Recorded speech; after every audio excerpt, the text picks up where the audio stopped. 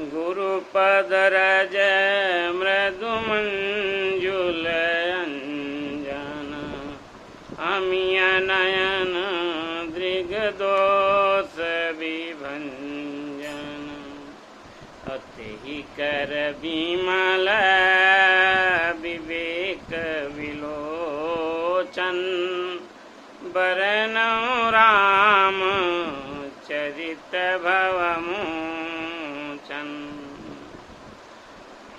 जब बुद्धि स्थिर हो जाए, समत्व बुद्धि हो जाए, निश्चयात्मक हो जाए, दृढ़ हो जाए, धीर बुद्धि हो जाए, तो ज्ञान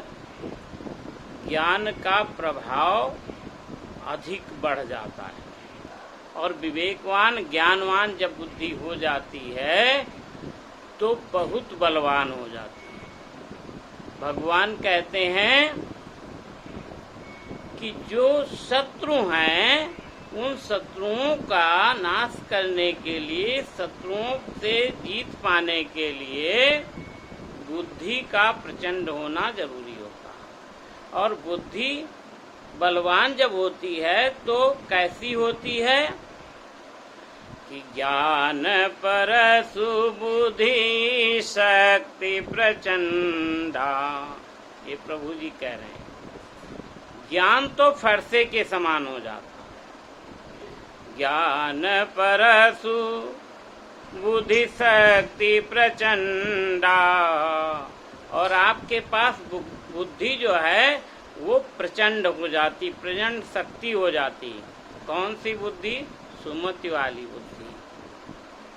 तो जब आपके पास इतनी बड़ी शक्तियां हैं, यानी ये प्रभु की कृपा से, गुरु की कृपा से प्राप्त होती हैं। और जब ये शक्तियां आपको मिल जाएं तो और भी शक्तियां प्राप्त हो जाती हैं। ज्ञान पर सुबुद्धि शक्ति प्रचंडा अगर विज्ञान कठिन को दंडा। पर विज्ञान कठिन को दंडा, यानी कि धनुष जो होता है वो गांडीव धनुष की तरह जो धनुष मिलता है वो कोदंडा है। पर विज्ञान कठिन को, यानी कि जो आपने ज्ञान के बाद विज्ञान पाया, यानी कि खोज में पाया किसी चीज को, जो खोज की है और खोज से प्राप्त हुआ, वो आपको धनुष के समान मिला। तो फरसा मिला ज्ञान के समान। ज्ञान फरसा है और बुद्धि शक्ति प्रचंड है, और आपके पास धनुष जो है विज्ञान है। अचल अमल मन त्रोन समाना। और मन फिर कैसा हो गया? बुद्धि तो मन को कंट्रोल करती है, मन का गुरु बुद्धि है। तो जब बुद्धि इतनी शक्तिशाली हो जाती तो मन तो अपने आप निर्मल हो जाएगा, क्योंकि वहां शत्रु रहेंगे ही नहीं डर के मारे। तो मन कैसा हो जाएगा? अचल अमल। अचल यानी कि डगमगाने वाला मन नहीं रहेगा। अचल अमल, और गंदा नहीं रहेगा, निर्मल रहेगा। अचल अमल मन त्रोन समाना। वो त्रोन के समान हो जाएगा। त्रोन क्या? जिसमें बाण रखे जाते हैं। अचल अमल मन त्रोन समाना। संयम नियम सिली मुख नाना। संयम नियम ये सब बाण हैं, नाना प्रकार के अस्त्र हैं, और ये सब दैवी अस्त्र प्राप्त होते हैं। भगवान कहते हैं ये सब दैवी अस्त्र हैं आपके पास, बस आपको इसका ज्ञान होना चाहिए, और वो मिलेगा गुरु जी की कृपा से। यानी गुरु के चरणों में अनुराग करो तो ये सब प्राप्त हो जाएगा। अचल अमल मन त्रोन समाना। और संयम नियम सिली मुख नाना। संयम नियम ये सब बाण हैं। तो फिर आगे क्या होगा?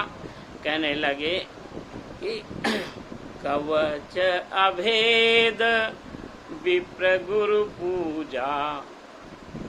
गुरु और ब्राह्मणों का यानी अपने आचार्यों का हर समय अनुराग रखो चरणों में, और जब उनका हर समय स्मरण होगा तो ये आपका कवच है, ये कवच है। और जब ये कवच है तो कोई शत्रु आपका संहार नहीं कर सकता, और इतनी आपके पास दैवी शक्तियां हैं जिससे आप विजय पा सकते हैं शत्रु पे। तो कवच अभेद विप्र गुरु पूजा, और यही सम विजय उपाय न दूजा। सफलता पानी हो तो ऐसे जो है दिव्यमयी अस्त्रों का धारण करो, यानी कि अपनी बुद्धि प्रचंड करने के लिए, अपना ज्ञान फरसे के समान करने के लिए, ये सब जो दिव्य शक्तियां हैं ये गुरु की कृपा से प्राप्त होती हैं। तो तुलसी बाबा इसीलिए कहते हैं, क्या कहते, कि तेहि कर विमल विवेक विलोचन। और जब बढ़िया सा ज्ञान प्राप्त हो जाता है तो जब सब स्वच्छ निर्मल अंतःकरण हो जाता है तो सब दिखने लगता है, तो रामचरित्र सब दिखने लगता है। सूझहि राम चरित मणि मानिक, अगुपत प्रगट जहाँ जो जही खानिक। चाहे जहाँ गुप्त हो तो भी प्रकट हो जाएंगे। तो यही कर विमल विवेक विलोचन, वरनउ राम चरित भवमोचन। बोलो जय सिया राम।